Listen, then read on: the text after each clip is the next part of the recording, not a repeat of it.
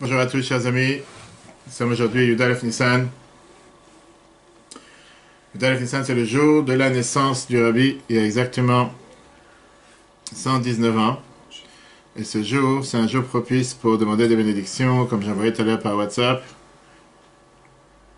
Et donc, c'est un jour dans lequel il faut profiter pour écrire au Rabbi, écrire sur l'OL, comme j'ai envoyé tout à l'heure par WhatsApp à tout le monde. Demander au Rabbi des bénédictions, c'est un jour, le jour de la naissance d'un tzaddik. Le jour de la naissance d'un tzaddik, c'est un jour qui est bénéfique pour toute la génération. Particulièrement en cette veille de Pessah. Comme Pessah, on a parlé longuement dans tous les cours de cette semaine, qu'on peut voir sur l'application, soit sur la Haggadah, soit les déroulements du Seder, soit lundi soir. Qu'est-ce que ça veut dire être libre? Qu'est-ce que ça veut dire devenir libre? Qu'est-ce que ça veut dire la liberté? Et aujourd'hui, pour ça, on va étudier une étude magnifique que Rabbi a prononcée sur Pessah, sur pourquoi la sortie d'Égypte c'est si primordial. Pourquoi la sortie d'Égypte, l'histoire de la sortie d'Égypte, pourquoi vivre avec la sortie d'Égypte est tellement important pour le peuple juif. Pourquoi on ne peut pas faire sans? Pourquoi on a besoin de parler de la sortie d'Égypte? Et pas seulement ça, on a parlé longuement sur le fait qu'on parle de la sortie d'Égypte sans arrêt. Si on parle de la sortie d'Égypte sans arrêt, quelle est la nouveauté? Qu'est-ce que tu fais à Pessah? À tel point que l'histoire de Pessah, on a le devoir de lire la Haggadah et la lire dans une langue qu'on comprend. C'est pour ça l'importance de la Haggadah en français. Comme ça, on comprend ce qu'on dit. Et donc, on va prendre aujourd'hui cette magnifique Sikha du Rabbi, qui vient du Likutei Sichot, du volume 17. Celui qui veut suivre après, au revoir, c'est Likutei Sichot, volume 17, page 78. Et si Dieu veut, après, on partira dans...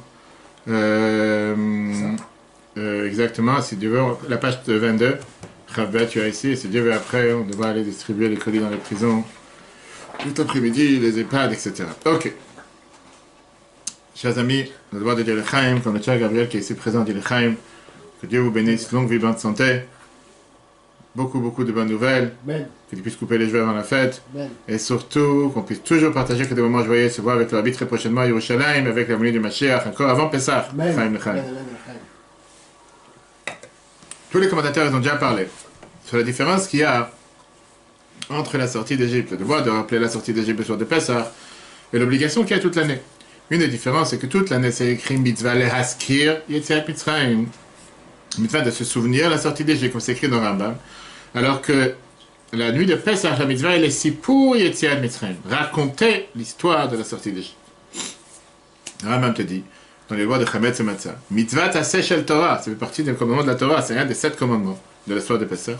Le saper benissim veniflaot shenasu lavotenu b'Mitzrayim, de raconter les miracles qui se sont passés à nos ancêtres quand on est sorti d'Égypte. C'est-à-dire, on ne parle pas seulement de Zecher et Yetziat Mitzrayim, de se rappeler la sortie d'Égypte, sur quelque chose qui s'est passé dans le passé, mais on parle de décortiquer, expliquer, raconter les détails.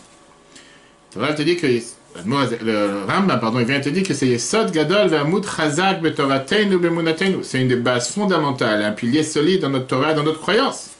Et toutes les mitzvot, il te dit qu'on a mitzvot assez positif, négatif, sont en rapport lié avec Zecher et Yetziat Mitzrayim. C'est écrit dans Sefer HaChinuch. Alken, Anou Amrim, c'est pour ça qu'on dit le Olam, Bebichotenu, Bitfolotenu, c'est pour ça qu'on n'arrête pas de dire dans nos prières et dans nos bénédictions, Zecher et Yetziat Mitzrayim. Qu'est-ce qu'on comprend de là? Que même l'histoire de la sortie d'Égypte, qui est la nuit de Pessah, vient nous expliquer ce qui se passe. Et c'est pour ça qu'on doit comprendre pourquoi c'est une base fondamentale, pourquoi c'est primordial, pourquoi c'est tellement important, pourquoi c'est tellement... Qu'est-ce qu'on a parlé longuement dans le cours hier, je crois, je ne sais pas si c'était hier soir ou hier midi. Qu'est-ce que tu te vantes tellement du fait que tu étais esclave? Ça va. Il n'y a pas lieu de dire quelqu'un qui a vécu à Auschwitz ou qui malheureusement a souffert. Pas lieu de rappeler toute sa vie. Au contraire, oui, c'était dans le cours hier midi qu'on peut revoir sur l'application et Torah. La majorité des gens qui ont souffert pendant la guerre, ils n'aiment pas parler de ce qu'ils ont souffert. En général, les gens n'aiment pas en parler. Donc d'abord, entrons dans les détails. D'où on apprend le fait de Sipur Yetziat Mitzrayim, la nuit de Pessah. On apprend ça de la parashat. Bon, on a lu ça par parashat Chodesh. On va lire aussi Pessah, chapitre 13, verset 8. Ve'igata lebincha. Tu raconteras à ton enfant. Ça fait la mitzvah, Chinuch. Et ça, c'est la mitzvah de dire la Haggadah. Viens là, nous, Azakan, dans Shulchan Aruch, Siman 473, et il te dit Hainu amirat Haggadah, shei mitzvah taseh min Torah. Dire la Haggadah dans une langue qu'on comprend, c'est une mitzvah de la Torah, chez Neymar, parce que c'est écrit Ve'igata lebincha, tu raconteras à ton enfant. Ça veut dire, on parle ici bien sûr de ce qui se passe après le Maggid. Après Maggid, tu as le devoir de raconter la Haggadah. Et donc l'histoire de raconter l'histoire de la sortie d'Égypte pour savoir que c'est une base fondamentale. On voit ça à travers toute l'histoire de la Haggadah. On va expliquer aujourd'hui qu'il y a un point commun il y a un fil conducteur qui est là depuis le début de l'histoire jusqu'à la fin de l'histoire. Et on va voir les différentes nuances et les différentes phrases qui sont expliquées dans la Haggadah, et c'est important de le savoir pour réputer l'histoire de Pessah. Page après. L'histoire de la sortie d'Égypte, d'abord, elle est racontée devant le fils. Qu'à lui, on dit la Haggadah. La Torah te dit, Vegata la Bincha, raconter un enfant. Celui qui malheureusement n'a pas d'enfant, il raconte à Dieu. Très bien. Et donc, on vient expliquer ici quelque chose qui dérange dans toute l'histoire de cette nuit. Parce qu'on a ainsi l'histoire de Seder. On vient de commencer la Haggadah avant même que le fils, il a déjà une connaissance de ce qui s'est passé, l'esclavage et les miracles. Il a plusieurs questions. Il a plusieurs questions et c'est des questions qui le dérangent. Il faut lui répondre avant même qu'on commence à dire la Haggadah. Voilà les questions. Première question, Aleph. Première question, c'est Madoua, pourquoi la Géoula de Mitzrayim n'était pas une Géoula éternelle? Pourquoi on n'est pas sorti éternellement? Bon, tu viens de dire dans le Kiddush, Zechel et Tziat Mitzrayim. Si la délivrance aurait été une délivrance par un être humain en chair et en os, on peut comprendre, puisque toi tu es limité automatiquement, il y a des changements dans ce que tu fais. Une fois tu gagnes la bataille, une fois tu gagnes pas la bataille. Mais puisque c'était la seule Géoula qui était par la main de Dieu, Hachem Elokechem Emet, que toutes les choses que Dieu a fait sont éternelles, donc la sortie d'Égypte, ça aurait dû être une délivrance éternelle. Comment se fait-il qu'on est encore en exil, et pas seulement en exil, un exil tellement dur, comme on a expliqué justement hier dans un des cours de Pessah, que la seule exil qui n'a pas de date limite, qui n'a pas de date d'expiration, c'est cet exil. Tous les autres avaient une date fixe. C'est d'ailleurs la réponse qu'on a donnée, pourquoi on dit Avadim Ayinu, et qu'on aurait été encore esclave. À tel point qu'on va dire plus tard dans la Haggadah, Bechol Davador, dans chaque génération, Dim Aleinu Lechaloteinu, ils sont là pour nous exterminer, avec tout ce qui s'est passé, les différents exils. Donc ça, c'est la première question que l'enfant ne comprend pas. Pourquoi ça n'a pas été une Géoula éternelle? Numéro 1. Numéro 2. Puisque le peuple juif est sorti d'Égypte avec une grande richesse, comme Dieu l'a promis, comment se fait-il qu'il y a encore des pauvres? L'enfant, il voit qu'au Seder, on a des invités pauvres, on est en train de faire les paniers, les colis, etc. Tu viens de dire dans El Arpana, Kol Ditzrir, Kol Dirfin, celui qui a faim, c'est celui qui a besoin. On est sorti en richesse. On était énormément riches. Pourquoi il y a des pauvres? Troisièmement, dans les mitzvahs de la Haggadah, dans le Seder qu'on raconte aux enfants, on dit que la Torah elle parle aux 4 fils qui sont assis à la table du Seder. Pas seulement le Chacham, l'intelligent, le Racha, le mauvais, le Tam, le simple, le Shein, celui qui ne se pas posé de questions, il n'arrive pas à comprendre. On sait que les Réchaïm qui étaient à l'époque ne sont pas sortis d'Égypte. Et puisque parmi les Juifs qui sont sortis d'Égypte, il n'y avait pas de Réchaïm, tout d'un coup, comment tu as un Racha ici à côté des Juifs? Tu ne veux pas dire que le Racha de la Haggadah ne fait pas partie des Réchaïm, il ne ressemble pas à ceux qui sont morts pendant la plaie des ténèbres. Parce que c'est écrit clairement, tu le dis plus tard, on a expliqué ça longuement la semaine dernière dans la réponse que tu dis à celui qui est Racha dans la réponse des 4 fils, que si tu aurais été là-bas, tu ne serais pas sorti. Donc d'où il a pondu ce Racha et vient maintenant en Seder? Il n'y a pas de Racha, c'est fini, les Rachas sont restés en Égypte. Ça, ce n'est pas des questions seulement de compréhension. Ce sont des questions qui font que quoi? Qui dérangent toute l'histoire de la sortie d'Égypte. Puisque chaque génération, tu as le devoir de te considérer comme si tu viens de sortir d'Égypte. Et c'est pour ça que tu as le devoir de préparer ton endroit à être assis à coudée, de manière de liberté, comme tous les grands ont l'habitude, comme c'est écrit dans Shulchan Aruch, chapitre 472. La Torah, c'est une Torah de vérité. C'est sûr que ça doit être fait avec un sentiment de vérité. Mais comment je peux me sentir libre? Comment je peux me sentir libre comme si je viens de sortir d'Égypte alors que je suis encore en exil? Alors que tu dis juste après que dans chaque génération, il y a certaines personnes qui veulent nous exterminer. Il y a des pauvres parmi les Juifs, il y a des pauvres dans la connaissance, jusqu'à même qu'il y a même un rachat. La première réponse qui répond à cette question, c'est quoi? C'est d'abord expliquer que d'abord dans la sortie d'Égypte, on avait une action qui était pour toutes les générations à venir, qui, grâce à elle, nous sommes libres aujourd'hui. Et de l'autre côté, il y a quelque chose qui ne s'est pas terminé. Et c'est pour ça qu'on est encore aujourd'hui avec les souffrances, on est encore en Égypte. Et c'est ça qu'on aspire et qu'on veut atteindre et qu'on veut obtenir chaque instant. Pour expliquer ça, qu'est-ce qui s'est passé pour les générations à venir? Et pourquoi nous sommes encore en train d'attendre cette vraie sortie? D'abord, on va comprendre ce que les Chachamim nous disent en Midrash Rabbah, Bereshit Rabbah, Shmad Rabbah, que Dieu, il a donné à Abraham, Avinu le choix. Il lui a dit, qu'est-ce que tu demandes? Que tes enfants soient dans l'enfer ou qu'ils soient en exil? Et Abraham, il a choisi la galoute, il a choisi l'exil à la place de l'enfer. De là, on comprend que le but de la galoute, le but de l'exil, et surtout l'exil d'Égypte, vaut la même chose que l'enfer, que le Gaïdom, qui voulait dire nettoyer les fautes, etc. Maintenant, la faute toute simple. Le choix d'Abraham. Le choix d'Abraham, c'était Dieu lui a dit, est-ce que tu veux que tes enfants soient esclaves en enfer ou qu'ils soient en exil? Abraham il a dit, je préfère la galoute à la place du Gaïdom. Je préfère l'enfer, je préfère l'exil à la place de l'enfer. C'est quoi la faute? La faute qui a besoin d'être nettoyée. On parle bien sûr de la première faute. Première faute qui était la source de toutes les fautes. La faute de l'arbre de la connaissance. Comme dans le Shir Hashirim, c'est écrit, qui a fait en sorte que la Shrina, la divinité, est partie de la terre et remontée dans le ciel. Et ça, c'était ce qui a été transmis à Abraham, puisqu'il y a eu la faute de l'arbre de la connaissance. qui a fait qu'il y a eu la séparation de cette Shrina de la divinité de la terre au ciel. Après, il y a eu encore 6 fautes qui ont fait que la Shrina, la divinité, est remontée de ciel en ciel jusqu'au 7e ciel. Et le premier qui a commencé à refaire descendre la divinité sur terre, c'était Abraham. Que lui, il a fait descendre la divinité du 7e ciel au 6e. Et c'est pour ça qu'Abraham, Dieu lui a donné cette promesse. Que grâce à son effort et grâce à ses actions, il va refaire descendre la divinité sur terre comme elle était au départ avant qu'il y a eu la faute de l'arbre de la connaissance. Et il a dit que aussi, il y aura automatiquement l'exil d'Égypte qui va pardonner la faute pour pouvoir refaire descendre la divinité sur terre. Tous ceux qui ont mérité d'être purifiés et raffinés spirituellement comme il faut, pour eux, l'exil d'Égypte, c'était la dernière exil. Et donc pour eux, l'exil en Égypte, c'était Géoula Shlema, un vrai exil. À tel point que les Chachamim nous disent par rapport à la faute du Vaudor que Lo Haya Galuyot, il n'y avait pas d'exil. Velo Malachamavet Shelet Ben, il n'y avait pas d'ange de la mort qui régnait sur eux comme il y avait avant la faute. Maintenant, on va commencer à comprendre c'est quoi cette histoire de la sortie d'Égypte. C'est la base, pourquoi c'est une base fondamentale dans le judaïsme. Parce que d'un côté, concrètement, on sait très bien que les Juifs en Égypte ne se sont pas purifiés. Et c'est pour ça qu'ils étaient encore en exil. Et c'est pour ça qu'il y avait encore le Satan et l'ange de la mort qui tournait derrière eux. Et c'est pour ça qu'il fallait même peindre les linteaux, comme on a vu la semaine dernière, avec ce sang de Hysope. On a vu les 2 trempages dans le cours de lundi soir qu'on peut revoir sur l'application. Comment ça se fait que la première fois qu'on est entré en exil, c'était le premier trempage avec la trempage de tunique de Yosef dans le sang. Comment elle est sortie d'Égypte? Grâce au trempage de ce bouquet de Hysope sur les linteaux, pour que Dieu il a fait la distinction entre les maisons juives et les maisons égyptiennes. Parce que sinon, mais c'est pas que Dieu leur ait fait une erreur, le Satan est tourné partout. De l'autre côté, il y a eu une liberté. Je ne veux pas dire que la sortie d'Égypte n'a fait aucune liberté. Au moment de la sortie d'Égypte, le peuple juif n'était pas prêt à avoir la Géoula. Clair. On va voir plus tard, dans 7 jours, qu'on va traverser la mer Rouge, comment les anges se sont plaints, ils ont dit à Dieu, pourquoi les uns ils sont sortis, les autres sont noyés. Pas de différence. Eux ils sont idolâtres, eux ils sont idolâtres. Les deux ils doivent être punis. Le peuple juif était tellement enseveli, englouti dans les 49 portes d'impureté. Si jamais on serait resté en Égypte encore un moment, on ne serait jamais sorti. Donc d'après le din et le cheshbon, d'après la logique, il y avait cet argument que puisque le but de la sortie d'Égypte c'est de purifier le peuple juif, remonter à une situation comme c'était avant la faute, ils ne méritent pas. Si tu parles de ce qu'ils auraient dû être, ils ne méritent pas de sortir. Et néanmoins, on voit qu'à Fab, néanmoins, Dieu il s'est dévoilé au peuple juif. Ça veut dire que si on peut dire, Dieu il a pondu cette libération sans forcément qu'eux ils ont fait un effort de leur côté. Et comme c'est écrit dans les Gvorot Hashem du Maharal, que dans la Goulat Mitzrayim, dans la sortie d'Égypte, le peuple juif a reçu cette autonomie de devenir libre, comme on l'a expliqué longuement dans le cours de lundi soir, qu'est-ce que ça veut dire être libre. Et donc, le fait qu'on est retourné en exil après, n'enlève en rien la première autonomie de pouvoir avoir réussi à être libre lors de la sortie d'Égypte. Maintenant, le fait que ça s'est passé seulement de la part de Dieu et pas de notre part, comme c'est écrit dans la Chassidut en commençant par l'Admor Azaken, que c'était une situation de Kibaracham, comme on lit dans la Paracha Beshalach, que le peuple juif a dû s'enfuir, parce que le mal qui avait à l'intérieur d'eux était toujours présent.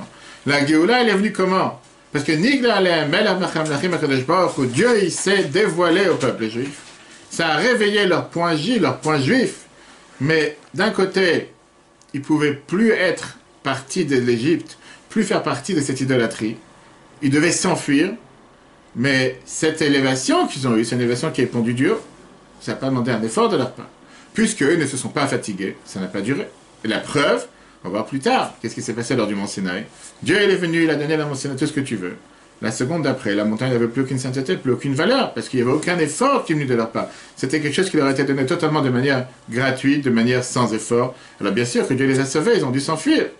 Mais l'enseignement qu'on apprend pour ça pour les générations à venir, c'est qu'il faut se fatiguer seulement quand tu te fatigues avec tes propres efforts. C'est là que tu vas réussir à pouvoir être libéré réellement de toutes tes souffrances. Et comme d'ailleurs c'est écrit dans Ishaïa, le dernier paragraphe, dans Ishaïa 52, Isaïe 52, 12, là, l'Aftara qu'on va lire le dernier jour de Pessah. Le contraire à la Géoula d'Égypte. Quand en Égypte on a dû s'enfuir par force, on a dû s'enfuir rapidement. Ma chère va venir, on ne va pas s'enfuir comme des voleurs, on ne va pas s'enfuir par force. Parce qu'on aurait été tellement purifié, raffiné avec tout le travail qu'on a fait en étant en Égypte, qu'il n'y a pas besoin de s'enfuir. Maintenant, une fois qu'on a expliqué tout ce qu'on vient de voir, on va voir maintenant comment tout ce qu'on a dit, c'est la ligne tracée dans toute la Haggadah, du début jusqu'à la fin. Commencez très bien. Shulchan Aruch te dit, on a vu tout à l'heure, que l'essentiel de la Haggadah, en 2 mots, la base centrale, le cœur de la Haggadah, c'est une obligation pour tous. On a tous le devoir de dire la Haggadah. C'est écrit dans la Mishnah. Marab Sachin, page 116a. Matril Bignut ou Messayim Bishvach. On commence d'abord avec les soucis et les problèmes qu'on était esclaves, que nos parents étaient idolâtres, comme c'est écrit dans la Gemara. Et on termine avec Veishamda, la promesse que Dieu nous a tenue, jusqu'à la fin, la bracha de la Géoula, que Dieu nous a amené les miracles. Et donc ça, c'est tout le lien, le fil conducteur de la Haggadah. Quand j'avais l'habitude d'organiser des zarim en Russie, on avait l'habitude, il y avait 500, 600 personnes chaque seder. On demandait à chaque table de choisir une personne qui a une grande voix d'un chazan et que lui lit un ou deux paragraphes ou une page.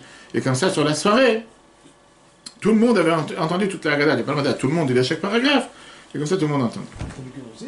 Bien sûr, c'est pendant 5 ans, depuis 94 jusqu'à l'année 2000. Comme si ça n'avait pas, monsieur. Ok, il y avait des zarim avec 500, 600 personnes à chaque fois. Maintenant, on comprend pourquoi, à la fin, quand on commence à parler de tous les miracles que Dieu a fait à chaque instant, juste avant, on te parle de Dayenu. On a vu la semaine dernière un long cours sur la Haggadah, l'explication du Rabbi. Comment ça se fait qu'on te dit des choses qui sont apparemment hallucinantes, que si Dieu nous aurait fait sortir d'Égypte, il ne nous aurait pas donné la Torah, ça nous aurait suffi. Tout ça, on peut revoir dans les cours sur l'application. Mais on dit à la fin quoi? Dernière phrase de Dayenu. Il a construit le temple pour pardonner surtout notre faute. Maintenant, puisqu'on te parle ici du fait de la sortie de la Haggadah, c'est quoi? Puisqu'on te parle ici que d'après le langage de la Haggadah, c'est un minak, shenagu, Israël, midorot rishonim. C'est pas juste quelqu'un qui a inventé cette Haggadah. C'est depuis des générations. On commence avec Hey Lachman, on commence avec le pain de misère qui dit juste au début, même avant Menchtana.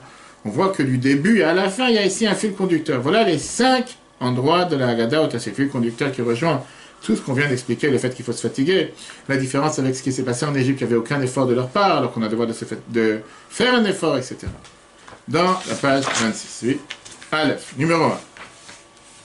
Qu'est-ce qu'on commence? Avant même de commencer l'histoire de la sortie d'Égypte, tu dis Hey Lachmahania, voici le pain de misère que nos ancêtres ont mangé en sortant d'Égypte. En Égypte, on a expliqué longuement si c'était le pain en sortant ou en Égypte, dans les autres cours. Kol dirfin était veichol, tout celui qui a faim, qui vient et qui mange. Kol ditzrich était veisfar, yifsar, tout celui qui a besoin, qui vient et qui fasse faire Pessah. Achat Aracha, cette année nous sommes là, à l'Eshana Abba, Barad d'Israël, l'année prochaine en terre d'Israël.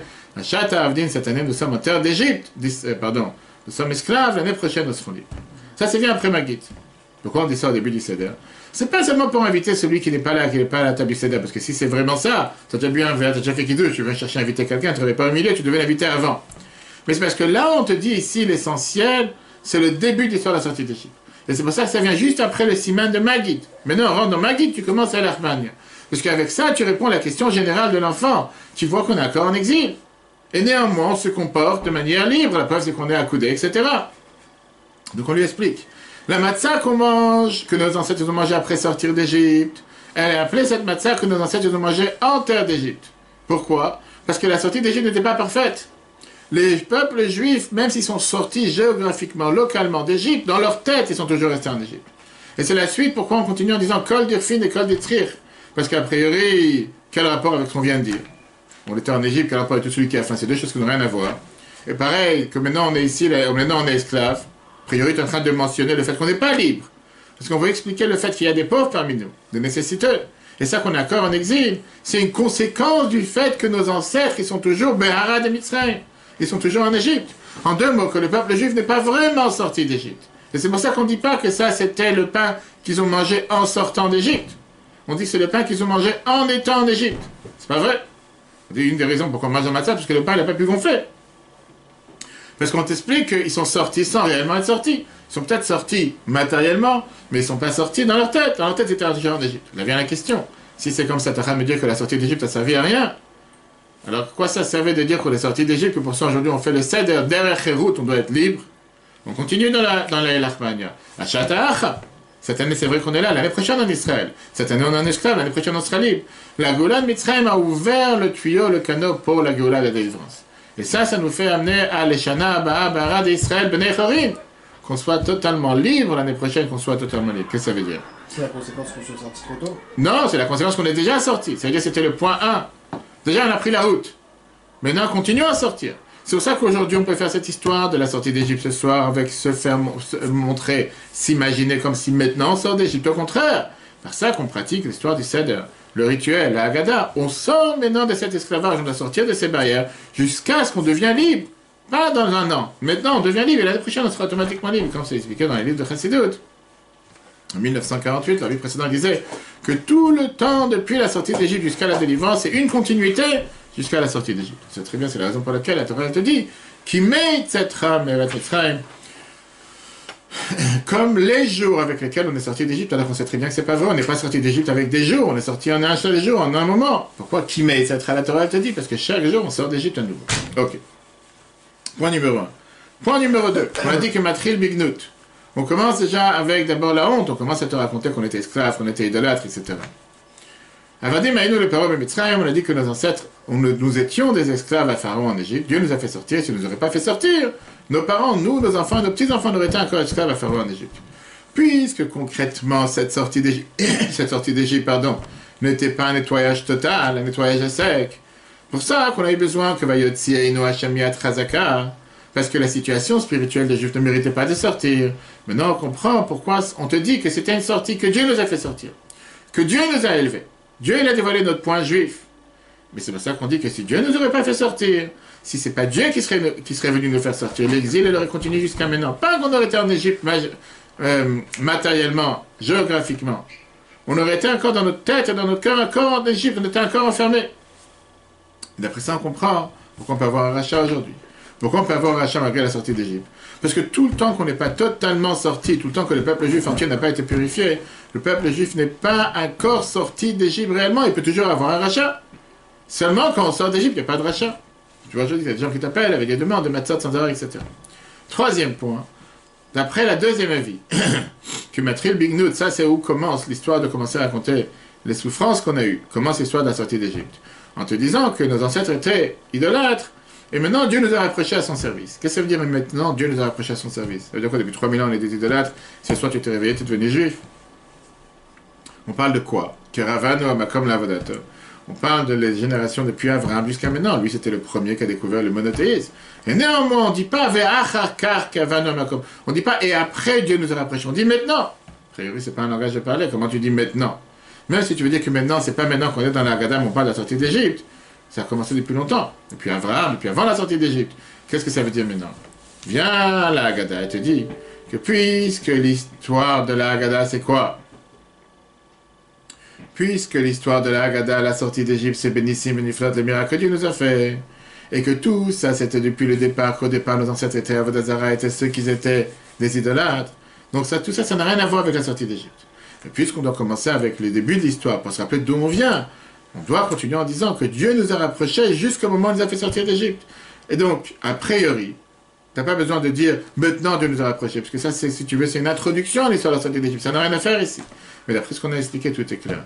Pour pouvoir comprendre l'histoire de la sortie d'Égypte, c'est important ce détail que maintenant Dieu nous a rapprochés. Pas seulement après, une fois qu'Abraham, mais c'est chaque génération, parce qu'on va expliquer que le fait qu'on est encore en exil, et on est au courant qu'on est en exil, même maintenant, ce rapprochement envers Dieu, c'est pas forcément, ça dépend de nos efforts.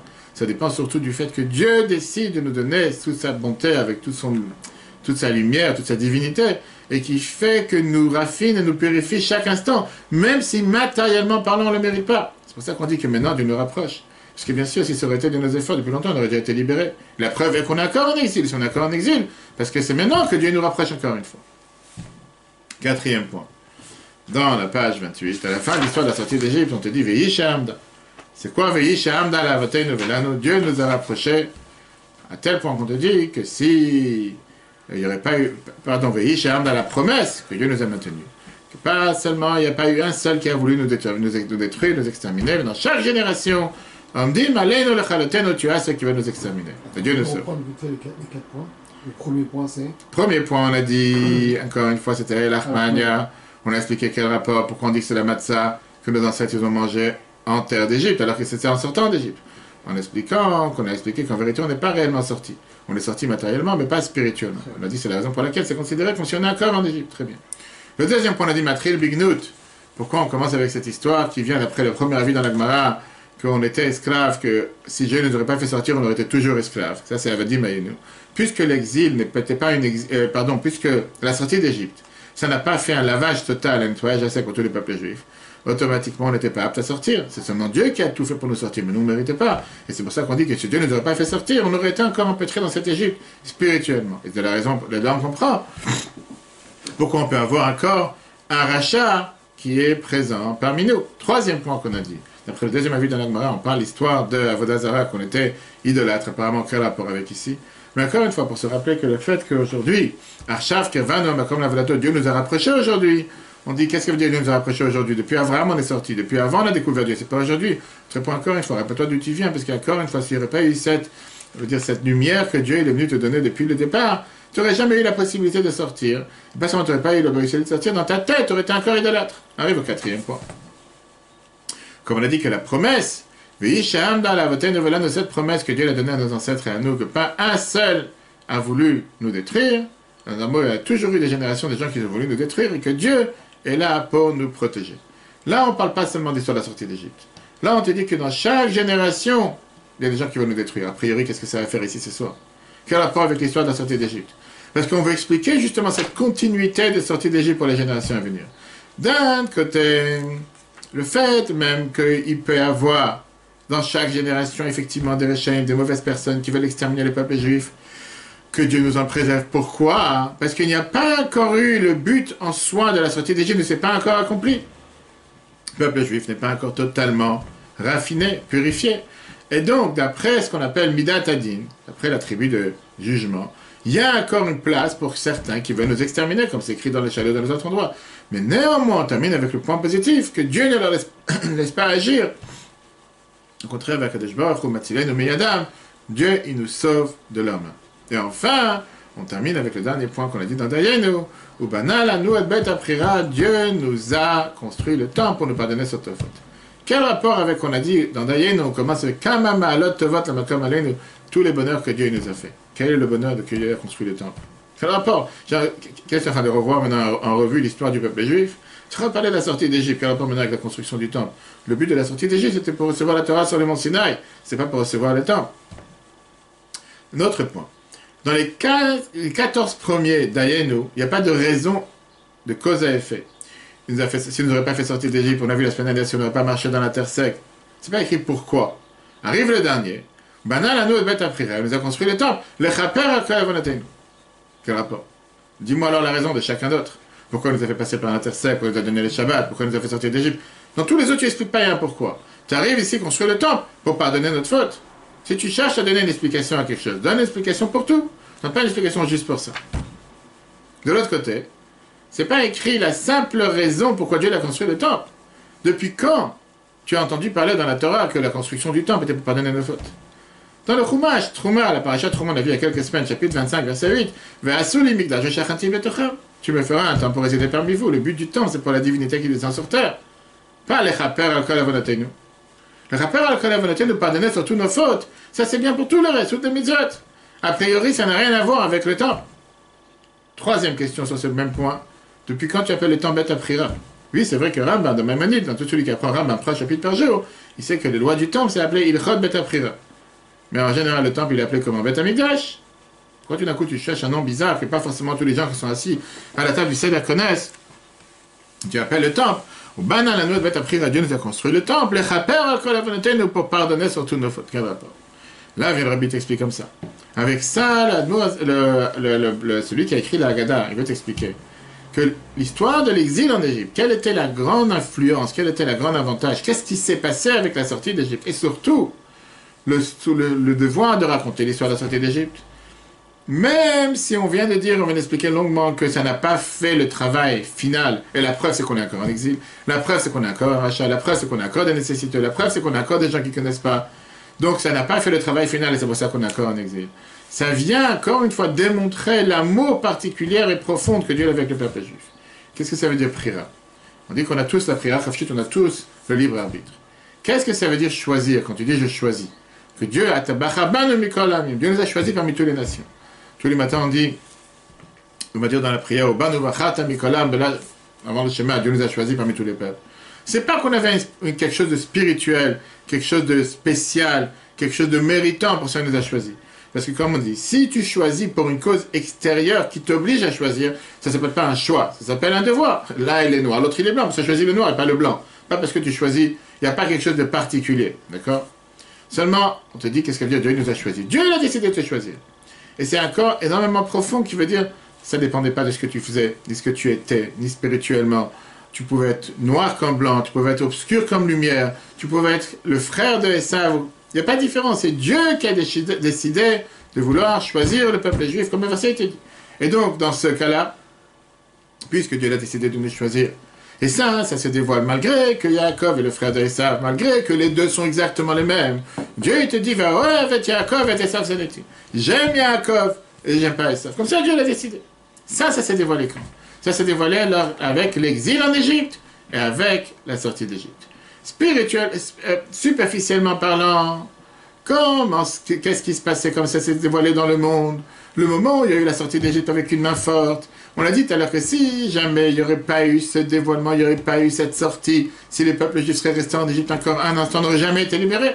Parce qu'à cause de leur niveau spirituel, ils ne méritaient pas d'être sortis.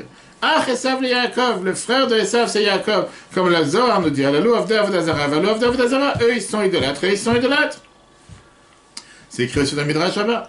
Mais profondément parlant, puisque tout dépend de ce que Dieu est venu nous faire sortir, c'est lui qui a décidé de nous faire sortir, et lui, il a choisi l'âme du peuple juif. Parce que l'âme du peuple juif fait partie de l'essence même de Dieu. Et comme Dieu te dit clairement dans la Mara Psachim, page 87, je ne peux pas les échanger avec un autre peuple. Ça fait partie de son choix. Maintenant, on comprend pourquoi à la fin de Dayen, on ne dit pas Beth Amikdash, on te dit Beth Aprira. Pourquoi la maison du choix, qui est là pour pardonner sur notre faute? Le fait que Dieu il a choisi le peuple juif, par ce choix, automatiquement, il cherche à pardonner sur toutes nos fautes. Pas qu'on a le droit de faire ce qu'on veut, mais si on a fait une erreur, Dieu nous pardonne.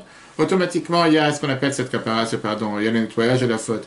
Ça, c'est un niveau dans lequel la faute ne peut pas toucher. Comme la Gemara Sanhedrin te dit dans la page 44a, Israël, Afapishechata, Israël, un juif, même qu'il a fauté, il est toujours juif. Même s'il a une tache sur son habit, il est toujours habillé. Et ça agit sur le peuple juif de manière dévoilée. Et c'est la raison pour laquelle, quand on termine le Dayen, c'est le dernier qu'on te dit en te disant, il a construit le temple aussi pour pardonner son faute. Il cherchait à être bien avec nous, comme il a fait quand on a sorti d'Égypte, qu'on ne méritait pas de sortir. Et néanmoins, il est venu nous faire sortir. Lui-même, il s'est dévoilé, comme l'a dit tout à l'heure, alors qu'on ne méritait pas. Si on serait resté encore un instant, on n'aurait jamais pu sortir. On voit comment il a décidé de donner le temple pour pardonner nos fautes, parce que c'est devenu de ce choix qu'il a choisi. De ce choix qu'il a choisi le peuple juif. En deux mots, au début déjà, avec la sortie d'Égypte, on a reconnu la Géoula qui est arrivée. La Géoula qui est arrivée à la sortie d'Égypte et qui va arriver plus tard. Seulement à l'époque, ça s'est passé du fait qu'on devait s'enfuir. Ça s'est passé avec la main forte de Dieu. Ça s'est passé du fait que Dieu l'a choisi dans le peuple juif. Mais ça continue à travers l'histoire, par ça qu'il a construit le temple, pour nous pardonner, pour faire en sorte qu'on puisse mériter la délivrance totale. Et donc, ça suit avec ce qu'on a vu dans le temple. Qu'est-ce qui s'est passé dans le temple? Comment les pardons arrivaient dans le temple? Ils n'arrivaient pas avec des coups, ils n'arrivaient pas avec des souffrances, ils arrivaient surtout avec les corbanotes et sacrifices. Parashat Vayikra qu'on a commencé cette semaine, la semaine dernière, c'est quoi l'idée des corbanotes? De se rapprocher de Dieu, de s'investir pour Dieu. Et là on revient à ce qu'on a dit au départ, le fait que par ça qu'on s'investissait dans le chemin, dans le service de Dieu, automatiquement on mérite par nos efforts de sortir, à tel point qu'on aura plus qu'on s'est passé quand on était en Égypte, qu'il y en a qui n'ont pas voulu sortir, que ceux qui étaient des Réchaïm sont morts en Égypte. Là, le fait que chacun fait son effort et met la main à la pâte, comme on dit, Hametz ou Matzah, parce qu'on est d'accord avant Pessah, automatiquement on mérite de sortir. Voilà le point conducteur qu'il y a. Puis le début de la Haggadah, de Maggid, jusqu'à la fin pour t'expliquer pourquoi cette histoire de la sortie d'Égypte est primordiale. Elle est plus que nécessaire, plus qu'essentielle. Et pourquoi le devoir de raconter l'histoire de la sortie d'Égypte, l'histoire de Pessah, c'est tellement plus important et c'est tellement différent que l'histoire de la sortie d'Égypte que nous avons toute l'année, alors que toute l'année c'est une simple rappel de se rappeler le fait qu'on devait sortir d'Égypte, alors que ce soir, c'est pas qu'on se rappelle la sortie d'Égypte, mais qu'on doit revivre cette sortie d'Égypte. Et grâce à ça qu'on revit cette sortie d'Égypte de la même manière, comme on dit à chaque fois, qui met cette rame, Eretz Mitzrayim, de la même manière qu'on est sorti d'Égypte, on a mérité des miracles, que Dieu fasse que ce soit aussi cette année, Benissan Nigalou, Benissan Atidim Legael, et surtout aujourd'hui, le jour de l'anniversaire du Rabbi, qu'on mérite de pouvoir voir la sortie d'Égypte, et que automatiquement Dieu fasse qu'on puisse mériter à se rencontrer avec Mashiach encore à Yerushalayim. Je rappelle encore une fois le fait qu'on est en train de aujourd'hui un jour important de demander des brachot au Rabbi. Tout à l'heure on va aller dans les prisons de Seine-et-Marne, Mort et Oel-Melun pour distribuer les colis pour les détenus, la matzah, que les gens ils n'arrêtent pas d'appeler la dernière minute qu'ils n'ont pas reçu leur matzah, jusqu'à ce qu'on va devoir en fabriquer, en envoyer par jet ou par drone pour la veille de Pessah, et bien sûr les paniers pour les nécessiteux. Pensez à aider le Betrabat Seine-et-Marne, CHAVAD77.org. Rappelons les points importants de cette année, puisque Pessah ça tombe Shabbat, samedi soir, on doit faire la recherche du Chametz demain soir, on doit brûler le Chametz vendredi matin. Celui qui n'a pas fait la recherche jeudi soir, il peut la faire vendredi, mais l'idéal c'est de la faire jeudi soir, brûler le Chametz vendredi matin. On annule le Chametz jeudi soir, on va l'annuler une deuxième fois samedi matin. On arrête de manger le Chametz en Ile-de-France à 10h45 samedi matin, c'est pour ça qu'on fait l'office beaucoup plus tôt, parce qu'on doit rentrer à la maison pour manger la challah ou le pitot avant 10h45. Si quelqu'un veut manger la matzah shira, pour les sfaradim ou pour d'autres, qui est la matzah faite au vin, il peut faire de sumotsu, mais à condition qu'il mange 250 grammes ou 240 ou 230 cas différents avis, ce qui est une grande quantité, pas forcément c'est l'idéal. Et bien sûr, ne pas oublier, comme on a dit, que l'histoire du Seder, c'est pas seulement de faire le rituel, c'est bien de faire tout le rituel, mais de raconter l'histoire, mitzvah de la Torah, avec les agadotes qu'on a aujourd'hui, hébreu, français, phonétique, et l'explication du Rabbi. Que Dieu fasse qu'on mérite de sortir d'Égypte encore avant Pessah. Peuple juif tout entier, le cours sera replay sur l'application E-Torah sur Google et Apple. Très bonne journée à tous, et si Dieu veut, à la semaine prochaine.